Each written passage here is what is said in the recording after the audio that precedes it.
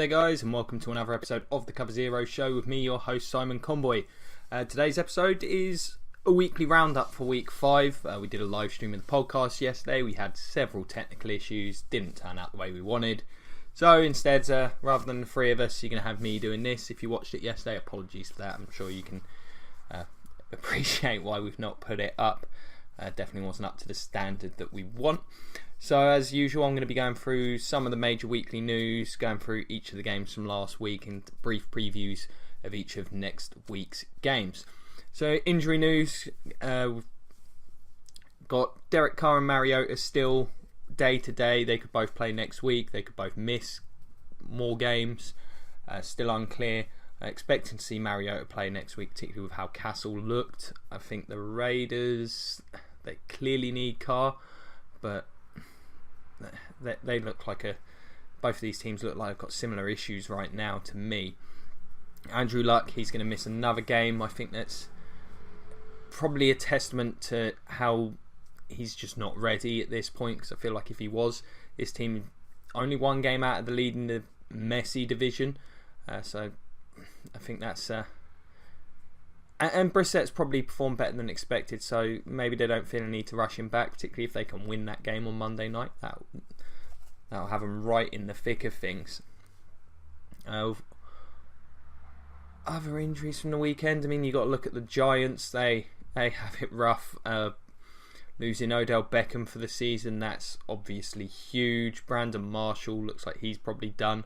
I think when we were discussing it in the podcast, I think this might be the end of his career. He's been very lackluster thus far.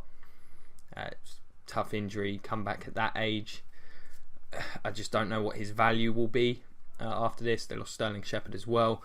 The Giants were already done at 0-5, particularly in what looks like a pretty tough NFC East, and the NFC generally looks like it's going to be a tougher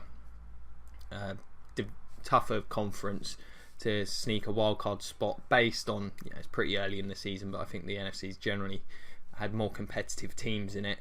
AFC feels like it's very much in flux. So I think that, they're done. In some ways, this could be a benefit to them. They're more likely to lose more games. They could end up getting Eli's replacement pretty high up in the draft at this rate. So obviously bad for them on the field, but grand scheme of things, this could end up being pretty good for them. The Vikings, again, losing Sam Bradford early in that game. Case Keenum can't play the Buccaneers every week, so I think that's really tough on this team. I think they're such a good team, but I feel they're in big trouble with these injuries. The Texans suffered a big hit. They'd have been my favourites to win that division had they not lost both Whitney Merciless and JJ Watt for the year. Huge injuries. That defence no longer on paper looks like a fearsome group. I don't think they're going to be bad or fall apart by any means, but I still feel Deshaun Watson's going to have his struggles. They could still win that division. It's just they don't feel like there's going to be a long-term threat in terms of this season. I can't see them winning playoff games without those guys. You could argue they're their two best defensive players. So that's absolutely huge. What else we got? I think that's about it, I think, for this week. I'll probably cover some more in some of the preview games, some of the more minor injuries. So we'll hop right into the first game of this week, and it's probably the best one of the entire week. The Eagles heading to Carolina, take on the Panthers, both coming off of impressive victories. The Eagles just flattened the Cardinals in that one. That was one of them games that was garbage time pretty much from the second quarter onwards. They've had a lot more success running the ball the last couple of weeks, ran the ball well here. The Garrett Blunt's really got going in that offense. The offensive line's playing well. Carson Wentz playing well. He's still going to give the other team opportunities to take the ball away. But these receiving additions have certainly helped. Alshon Jeffrey's not been stellar, but Nelson Aguilar's turned into an NFL player. I think Torrey Smith's been what I expected, and Zach Ertz has really elevated his game, which has been great for my fantasy team, and he's become the go-to guy there. So I think they're a well-balanced offensive group that should only improve as the season goes on, because these guys haven't been together that long.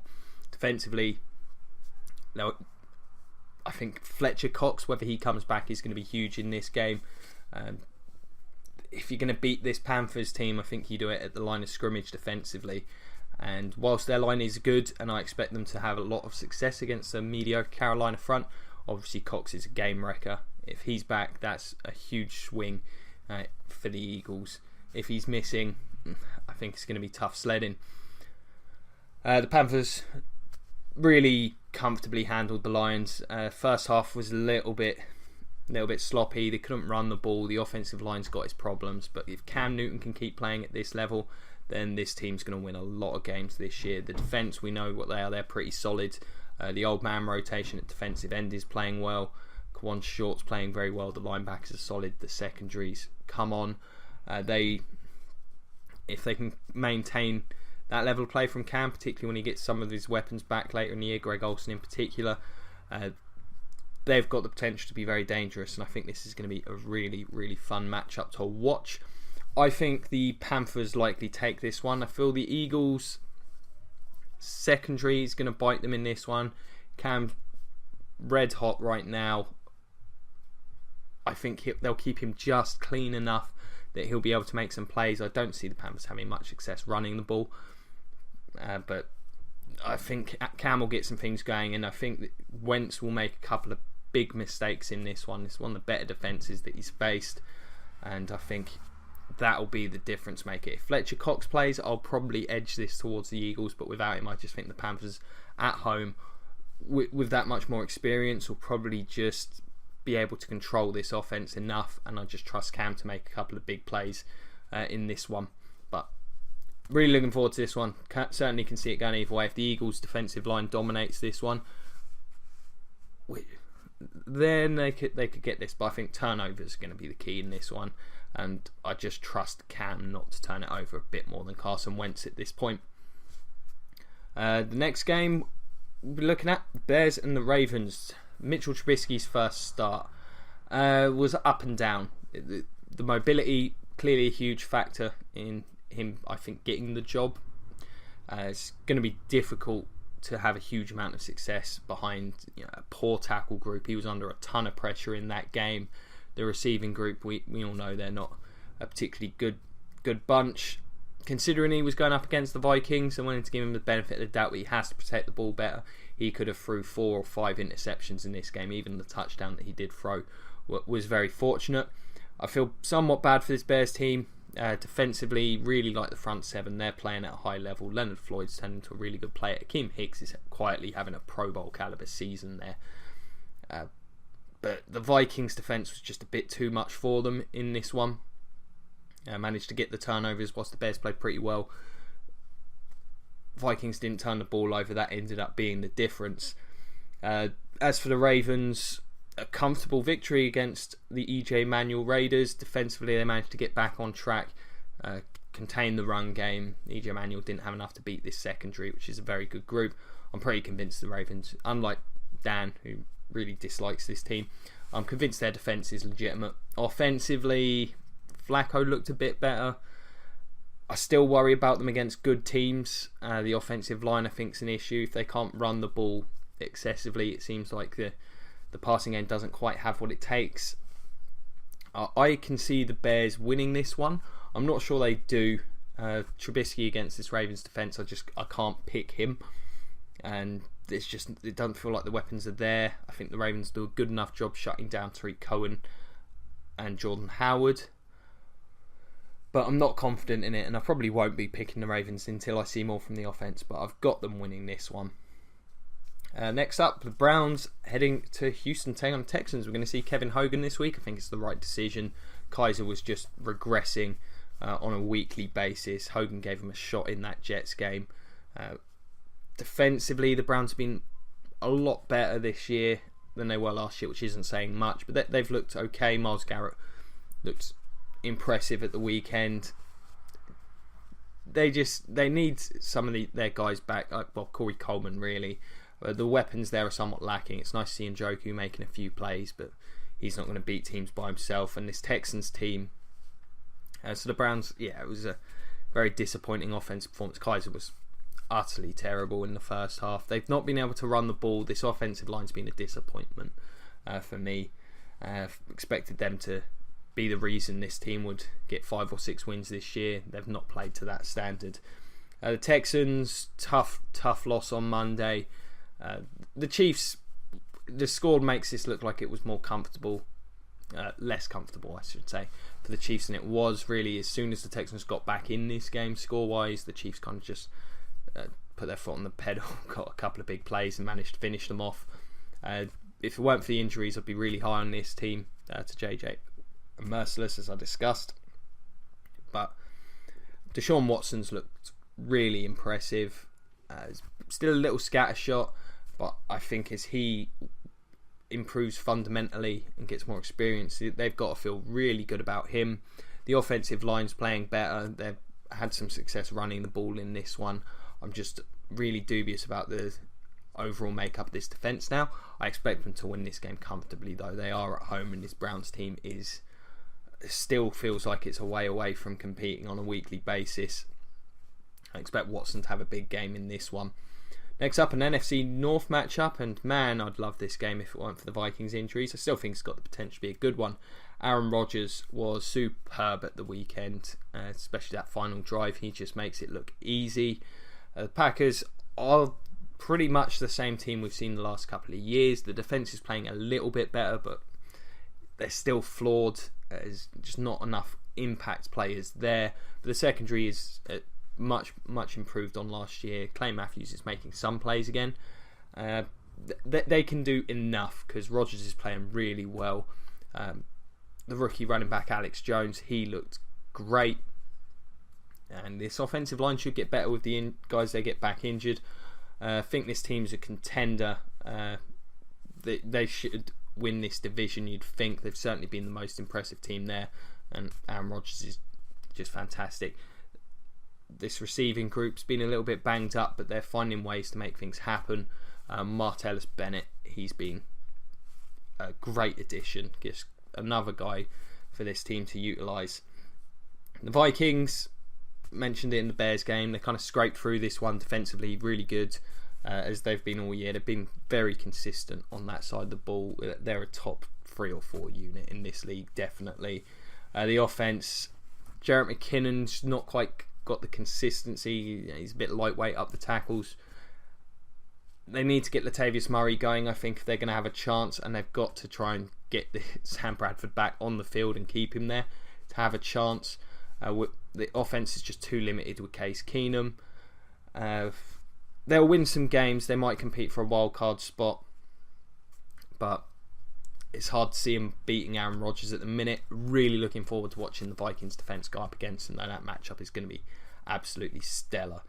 I was supposed to do this from the early bit, so we're at basically the quarter point. So teams that I think are going to contend. So I'll just go through the teams that I sort of missed. We've got the Eagles. I think they're a contender. They're my favourites to win that division. As the secondary improves, I think they could be one of the best teams in the NFL. The Panthers, they look like a contender right now. I think these two teams will be possibly competing for seeding at the end of the year. The Panthers I've not got as much confidence in because if Cam little hot streak ends, I don't know if this team's got enough beyond that. But as long as Cam goes well, this team will be very dangerous. They can win games. Otherwise, defensively, they're very good. But yeah, both these teams are contenders. Bears and Ravens, neither of them. I think they're both 6-10, 7-9 kind of teams. The Ravens may be contenders because the AFC North's a bit of a mess, but I don't rate them particularly highly at this point. Browns and Texans.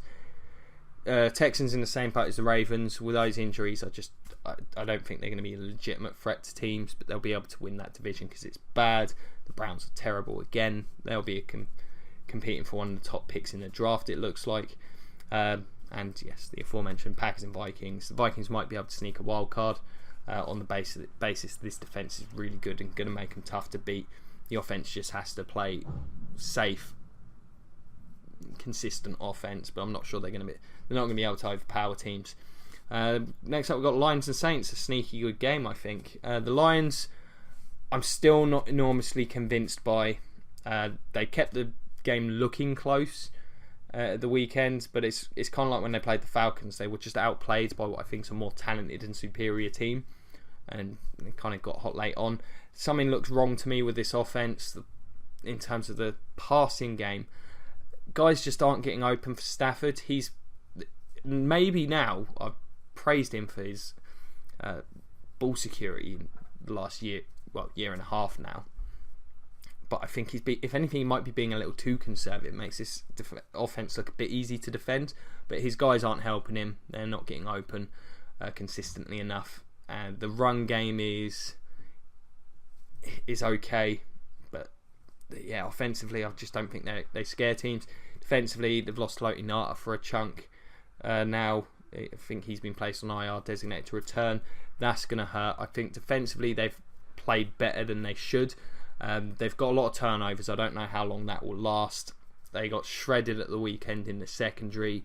I think the pass rush has been better than anticipated, but I think they've got some real depth problems there, and they'll get shown up by better teams. The Saints, still not sure what to make of them. They were on their bye, of course. I have to favour them in this one. I think the offense is primed to start performing on a higher level. The Adrian Peterson distraction is now gone due to a trade with Arizona.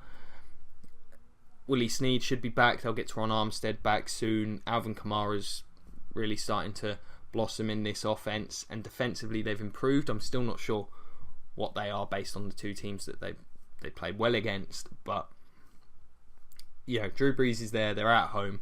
I'm underwhelmed by this Lions team. I see the Saints winning this one pretty comfortably. The Dolphins then heading to Atlanta in what could be a really, really ugly game.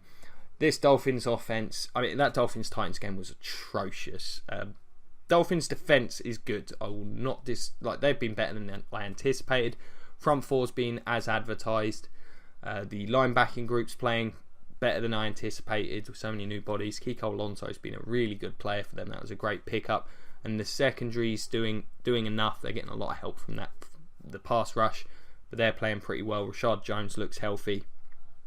But offensively, they're just abysmal right now. The offensive line's playing poorly. As a result, Jay Ajayi's struggling to find room to run. He's not the most elusive guy, so the problem is if the blocking is bad and he can't get the opportunity to build up a head of steam, he's a fairly mediocre back. And Cutler, feels like they don't trust him, and with the way the O-line's playing, it's just looks incredibly easy to defend. And these receivers are talented. They should be doing much, much better than they are. If he lays out another stinker like he has over the last 3 or 4 weeks, they've got to consider going to Matt Moore. Otherwise, they're just sabotaging their season. It's a pretty talented team. But this O-line in particular needs to get its act together to give this team more of a chance to be what they want to be offensively. Squeaked their way through that game against the Titans. Just a case of two really bad offenses in that one. The Falcons, they were on their bye. They've looked pretty impressive thus far. By the way, keep getting to this contender thing. Yeah, Lions, I think they're an 8-8 kind of team. To me, maybe less than that. Stafford will keep them in games, but I don't think they're that good. I'm not convinced. The Saints, I think they can compete for a wild card if the defense trends upwards. Otherwise, we'll be looking at the same old 7-9 that we usually do from them. Dolphins, I can't see them winning this game. Falcons at home, coming off of a bye in particular, and a loss that I'm sure frustrated them against Buffalo. They should have. I think the Dolphins do a better job defensively than you might think. Keep this game fairly close early, but I think the Falcons' offense will end up just wearing them out. There'll be too many 3-and-outs from the Dolphins. The Falcons' defense is better than it was last year. I think they'll be able to get a lot of pass rush on Jay Cutler, and they'll end up winning this game pretty comfortably in the end. Dolphins will need turnovers to have a shot in this one, and probably need them in bunches. And the Falcons haven't been. Well, Ryan's thrown some picks, a lot of not being his fault, but that's their only hope. The Falcons, legit contender, one of potentially the best teams in the NFC. They could be battling for home field come the end of the year. The Patriots against the Jets in the most shockingly valid game of Week 6. Both teams 3-2. No one saw this one coming. Jets already exceeded most people's expectations for this year with 3 wins. I had them down for 2. Patriots weren't convincing against the Buccaneers. Could have lost that game. Brady played well. Offensive line's really struggling at the moment. They had a shocker. They went very horizontal without Gronkowski. It feels like that's the way they're likely going to play. It'll be the odd shot to Brandon Cooks, and the rest will be much of what we saw from them last year. The run game's not really got going. It's okay, but I think the running backs are little more than average in terms of as pure runners. They're versatile players, but there's no one with an outstanding rushing skill set. Defensively, they were much better. I expect to see them stick to the simplistic or the simpler zone type scheme they used. There were less breakdowns. The secondary did a much better job. Still worry about them against the run. They're not playing that great at the minute, and they look poor at linebacker. But they've still got Tom Brady at the end of the day. The Jets, I mean, it's one of the most bizarre win streaks ever. They've not really beat anybody yet, but defensively they're playing it tight. I think a lot of it comes down to the lack of talent they faced. I think they'll be exposed in this one. I don't think that secondary is going to hold up. The rookie safeties are playing nicely, but I think this will be a bit too much for them. The game against the Browns, I mean, that was just an ugly game. It really showed that this Jets team is still, as well as much credit as Todd Bowles and crew deserve, they're still a very limited team to only score 17 points in that one. Receivers playing better than anticipated. The O-line has been a lot better than anticipated, but there's just no explosion to this team. They're at home. I'm sure the crowd will be going nuts for about 8-9 minutes until the Patriots have a 2-score lead. But a lot of credit to them. Patriots, they're contenders. This division doesn't look particularly good this year, and they look weaker than usual, but I expect them to get a little run together at some point. It's been a pretty soft AFC so far. They could be battling for that 1 or 2 seed come the end of the day. The Jets, I still can't see them getting too many more wins, but as long as the division's bad, you never know. Maybe 6 or 7 wins isn't out of the question. If so, wow, what a great job. Final 1 o'clock game, we got the Niners taking on the Redskins. Niners being sneakily a lot better than I think people anticipated. Defensively playing well. They've been unlucky. I mean, most of these losses, I think every game other than the Carolina game has been a 3-point margin of defeat. That's 6 points against the Cardinals, but that was in overtime. They've been holding teams. The defensive line's playing okay, pretty well. Secondary's better than I anticipated. The offense is a bit of a mess. Pierre Garçon's doing a valiant job, but the offensive line's not great. Hoyer is very limited, as we know. They kind of are what we expected offensively. I feel like they're going to get a couple of wins at some point, but I do not feel like this is the game where that happens. They had a legitimate opportunity to beat this Colts team, but again, just unable to make big plays when it counts on both sides of the ball. It's going to be a long season for them, but I think it's a positive one for them because they're not being humiliated on a weekly basis, and they're in a position to get a really high draft pick. So that's quite a nice combination for them. The Skins, I was on their bye last week, of course. I'm pretty high on this team because of the defensive performance. I mean, they're going to miss Josh Norman, and that could really hurt them come the end of the season. The secondary's been playing fantastic. Jonathan Allen, what an addition that was. A heck of a player. Much better defensively than anyone I think would have figured heading into the year. The offense is showing signs. The line's playing great. It's enabling them to run the ball. Receivers and Cousins, like the passing game still feels a bit off, but if it gets going, I think this team's really dangerous. I expect them to win this game comfortably. They'll be able to put up points on this Niners team, and the way the Skins defense is playing, I can't see the Niners having much success. This could be ugly early. I think the Skins are a legitimate contender in the NFC for a potential playoff spot. The Niners, the more they lose, I guess, they want to get that one win. You don't want to be winless, but the more they lose, the better it will be for them in the long run, and they're going to lose a lot. Moving on to the 9 o'clock slate, we've got my Buccaneers heading to Arizona to take on Dan's Cardinals. Whilst he did pick the Cardinals, he's picking them because he's a Cards fan. Same way I will pick the Bucs every week.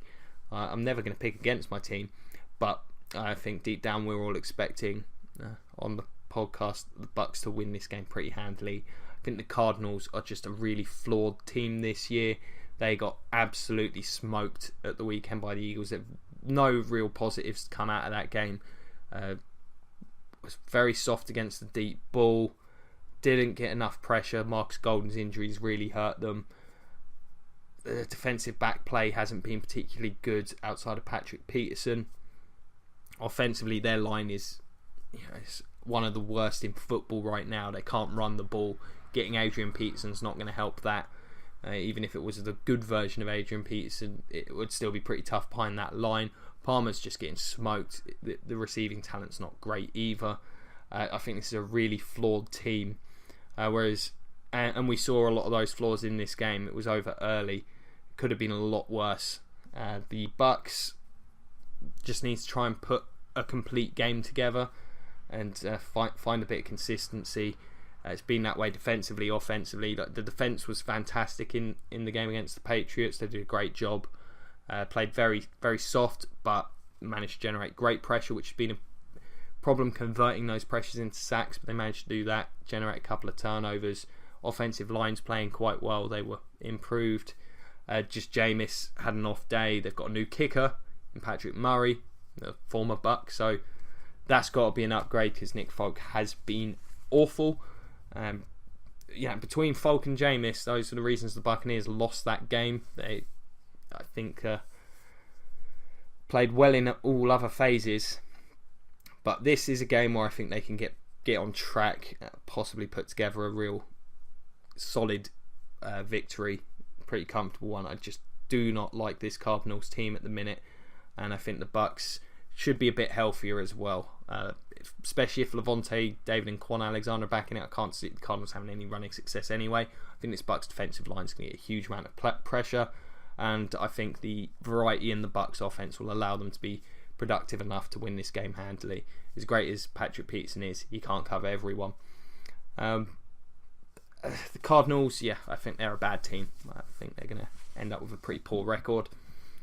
Probably finish third in that division as things stand. The Bucks, they can find some consistency. I think they're in the same boat as the Saints. I'm not quite sure who they are yet, 4 games in. But there's been flashes of on both sides. They could be a wild card contender. Much like the Saints, if they get hot, they could battle for that division, but it's going to be tough. NFC South looks fascinating down the stretch this year. Then we've got a battle between 2 first place teams, surprisingly. The Rams head into Jacksonville to take on the Jags. Hands up who had this being a battle of first place teams at the start of the year. I think the correct answer is no one. The Rams, they should have won that game. They did what a lot of these younger teams do. They found the way to lose. Too many turnovers, including Todd Gurley's in the red zone. A couple of weird picks. Cooper Kupp had a drop that could have won the game at the end. Defensively, they just dominated that front, which the Rams' defense hasn't been great this year. This performance looked really good, but I think you've got to bear in mind how broken this Seattle offense is. But still a positive. They'll be disappointed they didn't win this game. Could have been a real statement. It would have made them real front runners in that division. But can't feel bad, I think, if you're a Rams fan at this point, as disappointed as you may be with that result. Jared Goff's looked a million miles better than he did last year. They went up against a top defense and predictably weren't as potent as they've been, but they still were able to move the ball. And if they weren't for some of the big mistakes, they would have probably won this game handily. The Jags, I mean, they're finding ways to win these games by hiding Blake Bortles. I don't know how long it can last, especially if the Rams... It's an interesting matchup between this Rams offense and Jags defense. This Jags secondary is really good. The defensive line's playing well. I mean, it's just a good defense. All the moves have worked out. They've looked dangerous. The Rams offense, of course, looking very good right now. But the Jags won this game on turnovers, much like the Seahawks beat the Rams on turnovers. Roethlisberger had a shocker. I mean, damn. What was unfortunate with a couple of those picks, but then he just kind of went into, I'm just going to sling it and see what happens mode. Leonard Fournette's a monster. I mean, if he was getting any kind of support from the passing game and actually getting some 7-man fronts, he'd be doing even more than he currently is. But he's been invaluable to this team. I think he could go really well against this Rams team. I actually have the Jags winning this one. I think Goff will struggle against this defence much like he did last week. I can see some more turnovers there. This Jags secondary is really good. And Fournette, the Rams have struggled against the run a few times. I think Fournette's going to have a big day there. And I think that'll be enough to get the win. But the Rams will look competent in doing so. But Jags will win off big plays. I think it could look similar to last week, albeit with a few more points involved on both sides. As for these teams, long run, the Rams, if they can, I think they can contend for that division, which is a testament to one, their level of improvement, but also to how bad that division looks. I still think the Seahawks probably end up coming away with it, but they're a very flawed team. Similar with the Jags, they're in the AFC South. They got the lead at the minute. There's positives on that team, but they can't hide Blake Bortles forever. But they certainly could end up winning the division. You could easily have them as your favourites right now. I still feel like Tennessee are going to get out of this funk and get it together at some point. Moving on to one of the games of the week, the Steelers head into Arrowhead to take on the Chiefs. Probably after such a disappointing loss, not the game you'd like to have. The Steelers, just talking about that game, I mean, they were able to run the ball reasonably well on this group, but turnovers doomed them. Defensively, the Steelers have been much better than I anticipated. They played fine. Did an okay job on Fournette. I mean, he's hard to stop. Obviously, the numbers end up looking bad because of the 90-yard run at the end. But Roethlisberger's not looked right all year. The line's not playing as well as it did last year, but that's not the reason for this. It's just Roethlisberger's just not. The offense isn't clicking in the passing game. Antonio Brown's been great, but yeah, he's struggling at the moment, and it's a continuation of last year, which is, I think, what makes it so worrying. As for the Chiefs, they just look great right now. I mean, this is a team firing on all cylinders. I think they allowed maybe the Texans to get back into that game, playing a little soft defensively, getting beat on deep balls, one-on-one down the field, but the offense just looks difficult to stop. Andy Reid's doing a stellar job game planning with that group. Alex Smith and Kareem Hunt are both playing great. Tyreek Hill and Kelsey playing great. Some injuries in this one that could be a concern for this team. Justin Houston, D Ford and Tamba Harley are both currently out, so their pass rush could suffer. They don't look as good on the line without Duvernay Tardif in. Cam Irving is not a good NFL player at this point in his career and may never be, and Kelsey got concussed. But if they can get those guys back, they should probably win this game. I think the Steelers will have a bit of a comeback game, but this Chiefs team is just playing so well right now on both sides of the ball. They're very balanced. Alex Smith's on fire. So I can't pick against the Chiefs at home right now, especially with the issues the Steelers offense has been having. Another divisional game. Oh, and they're both contenders. The AFC North's bad. The Steelers, I feel like they'll get it together at some point. Maybe just run Le'Veon Bell into the ground like they did during the second half last year. And the Chiefs, they look like the best team in the league right now. You'd have to figure they're going to win this division unless the Broncos stop them, and hopefully for them get the 1 or 2 seed. The Chargers heading to Oakland, take on the Raiders. Chargers, Melvin Gordon had a game at the weekend. I mean, their big players played well in this game, and it was really that and injuries that helped them win it. Melvin Gordon was huge. Rivers played a solid game. The two edge rushers, they're both... I mean, Melvin Ingram's having a heck of a year. I still feel like this Chargers team is better than its record. They just... I mean, every game's pretty close with them. Got to start converting some of those into wins.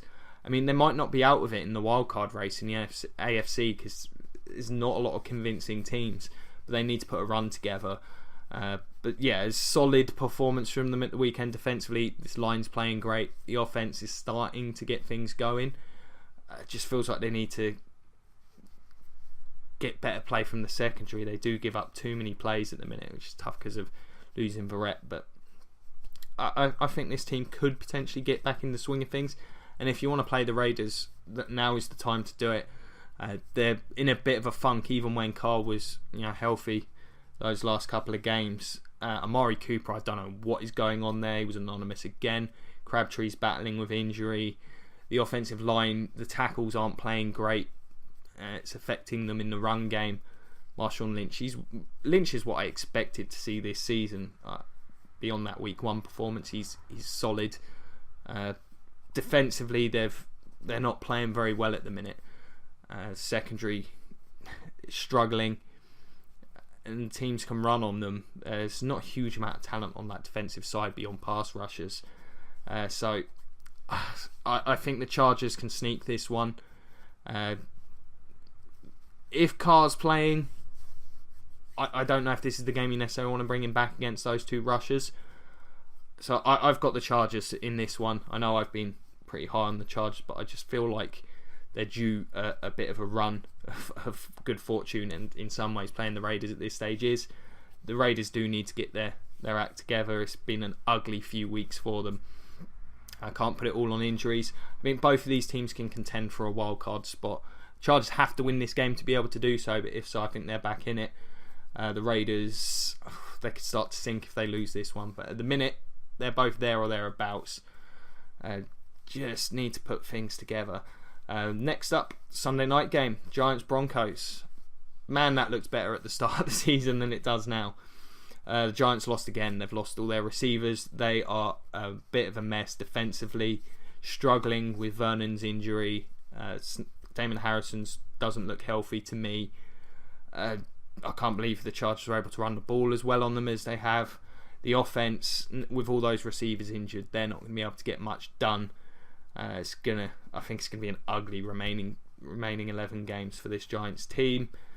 The Broncos, they were on their bye. Best defense in football. Trevor Simeon's better than people thought, and they can run the ball. They're a really good team. They are going to handle the Giants in this one. I cannot see the Giants passing attack having any success against these guys. That D-line, I mean, this could be really ugly really early. Expect the Broncos to win this one handily. Broncos are a contender in the AFC, one of the best teams in the league right now, I think.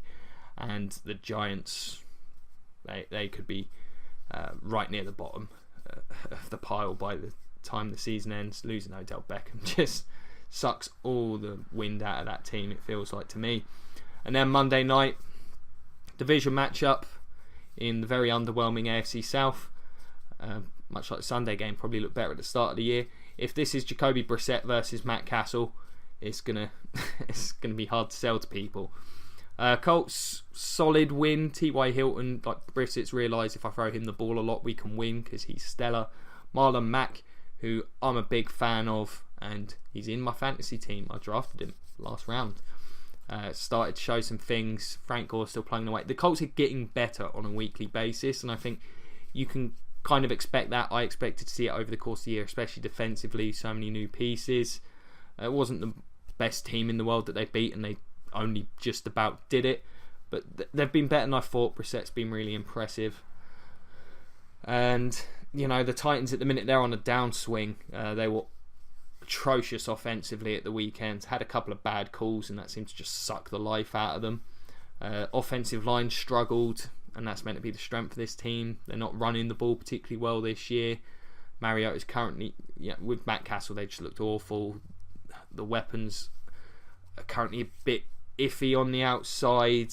Defensively, the secondary's a mess. I feel like the talent's still there and they can get things together, but they haven't been able to at the minute. I actually have the Colts winning this game if Mariota doesn't play. If Mariota does, I think the Titans will find a way to get it done. But this is going to be a big, big loss for the team that loses. It won't end their season by any means. That division is bad. But if the Colts can get a win in this and luck comes back soon, they become front runners for that division. As for the Titans, I still feel like they'll put a run together at some point and look like the team they're supposed to offensively. But at the minute, it's looking like that might be a ways away. But yeah, that division is wide open at this point. Every team's a contender. I don't see any of them making much damage in the playoffs though. Teams on their bye this week. The Bills and the Bengals played one another, so I'll cover both of them. Bills, it's more of the same. Defensively, they're great. The offense, you're losing Charles Clay is huge. They're incredibly limited in the passing game now. They were pretty limited before. It's hard to see them winning too many games against teams that can put up points.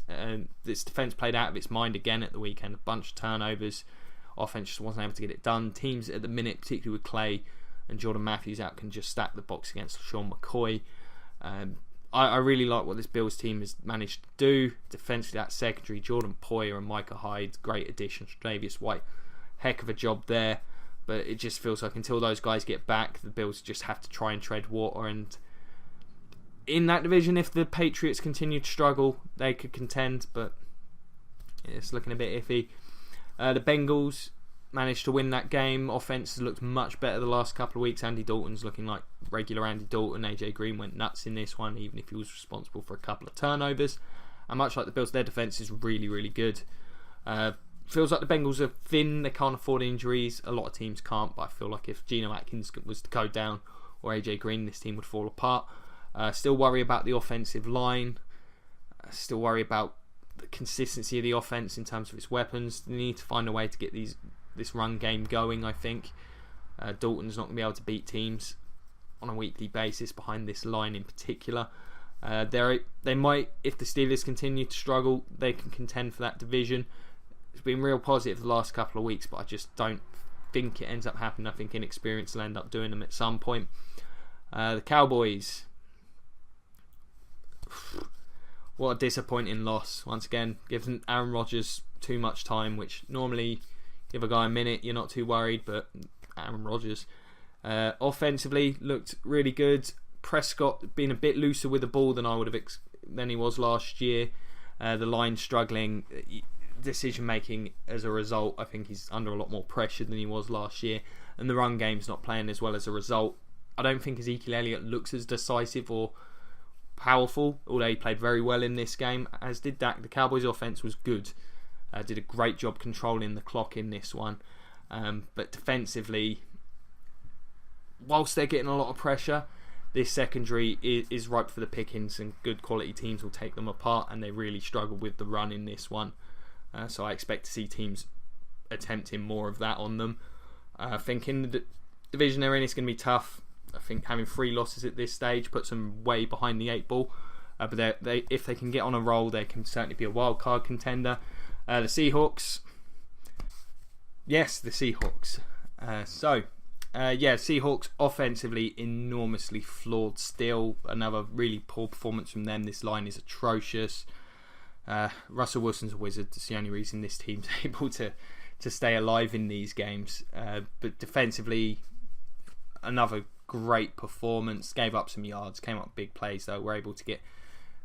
The pressure's not been quite there the last few weeks, but it feels like when they get Averill back, Bennett doesn't seem to be fully healthy at the minute. It still feels like they're going to be able to win games, particularly in that division where the offenses beyond the Rams are a mess, and compete.